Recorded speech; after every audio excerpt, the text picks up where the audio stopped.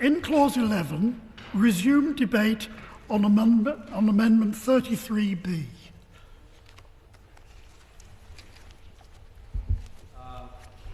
My Lords, I rise to speak to Amendment 155 standing in my name, and I'm grateful for the support of the noble Baroness Lady Foxer Buckley and my noble friend Lord Strathcarron. Some of my remarks in committee last week didn't go down terribly well with all members of the House, and I realise, if I may say in retrospect, it's because I was, I think, the only member of the committee that day who didn't take the opportunity to congratulate the noble Baroness Lady Kidrell on her birthday. So may I, at this very late stage, possibly a week later, make good that deficiency, and hope that in doing so I will get a more jocular, a more welcoming hearing than I did when I spoke last week, though I will speak in a similar vein, though on a different topic and part of the bill. This amendment relates to Clause 65. Clause 65 has 12 subsections to it. The first I regard as relatively uncontroversial. It imposes a duty on all service providers. The effect of this amendment would be to remove all the remaining sub-clauses, which fall particularly on Category 1 providers.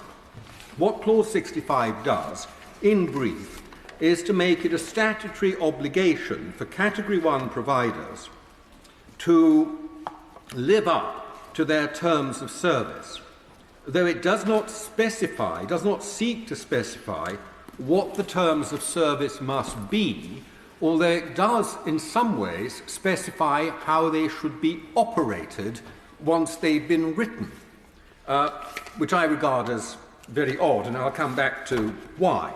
But I would like to say at the outset, I do understand the motivation behind this section of the bill. It is the understandable feeling, that if a service provider of any sort says that they have terms of service which mean that should there be complaints, they will be dealt with in a certain way, to a certain timetable, you will get a response by a certain time, or if they say that they're going to remove certain material, that they should do what they say they're going to do in the terms of service.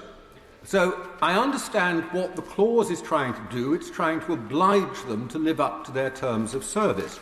But this is a very dangerous approach. First of all, terms of service are a civil contract between the provider and the user, but they are not an equal contract, as we all know. They are written for the commercial benefit and the commercial advantage of the companies who write them. This is not just in the internet world, this is generally true. And they're written on a take-it-or-leave-it basis. Of course, they cannot be egregiously disadvantageous to the customer, or the customer probably wouldn't sign up to the terms of service, but nonetheless, they are drafted with the commercial and legal advantage of the companies in question. They can be extreme. Noble lords may be aware that, of course, if you have a bank account, the terms of service that your bank has effectively imposed on you almost certainly include a right to close your bank account at any time they wish and to give no reason for doing so. I regard that as an extreme term of a service provision, but it's common and it's there. So they're not written as equal contracts between consumer and service provider. Why, therefore, would we want to set them in statute, which is what this clause does, to make them enforceable by a regulator under statute? Even more so, why would we want to do it when the providers we're discussing in practice will have drafted their terms of service almost certainly under the provisions of a foreign legal system, which we are then asking our regulator to ensure is enforced. My objection is not to trying to find a way of requiring providers to live up to the terms of service they publish. and indeed through the normal process for doing so would be by way of a civil claim. It is the method of doing so in this section that I object to. And we do not use this method with other terms of service features. For example, on data protection, we don't have a regulator who enforces terms of service on data protection. We have a law that says what people must do, what companies must do to protect data, and then we expect them to draft terms of service which are, and to conduct themselves in other ways, that are compatible with that law. We don't make the terms of service themselves enforceable through statute and by way of regulation. But that is what this bill does. And when we look at the terms of service of the big providers on the internet, the sort of people we have in mind for the scope of this bill, we find that they give themselves in their terms of service vast powers to remove a wide range of material, much of which would fall, if I don't want to be controversial, but would fall into the category legal but harmful, which in some ways this clause is reviving through the back door. And what, of course, could be harmful is extremely wide because it will have no statutory bounds. It will be whatever Twitter or Google say is something they will remove in their terms of service. We have no control over what they say in their terms of service. We don't purport to seek such control in this bill or in this clause. Twitter policy, for example, is to take down material that offends protected characteristics such as gender and gender identity. Now, those are not protected characteristics in the UK. The relevant protected characteristics are sex and gender reassignment in the Equality Act. So this is not enforcing our law. Our regulator will be enforcing a foreign law, even though it's not the law we've chosen to adopt here.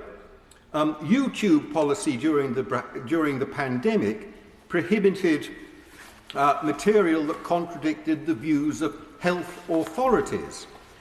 Even my right honourable friend David Davis was removed for opposing COVID passes, but that was a legitimate political position to take and a contribution to make.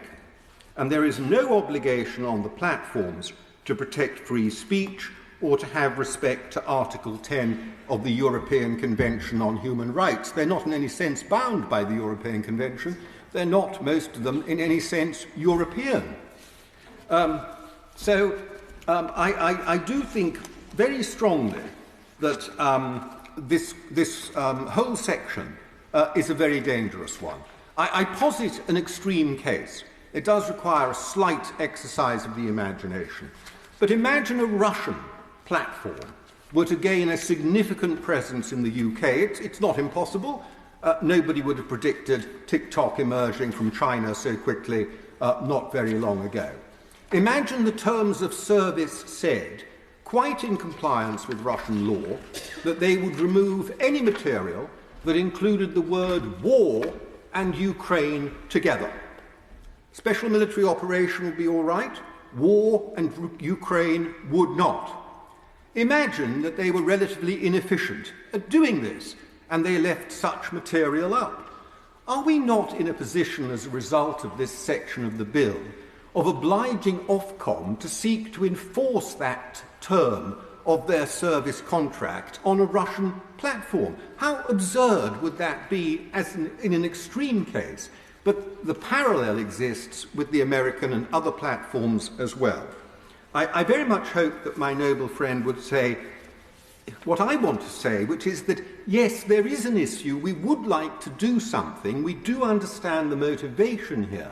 But this is very much the wrong way of going about it. It's inimical to free speech, and it leads to absurd conclusions.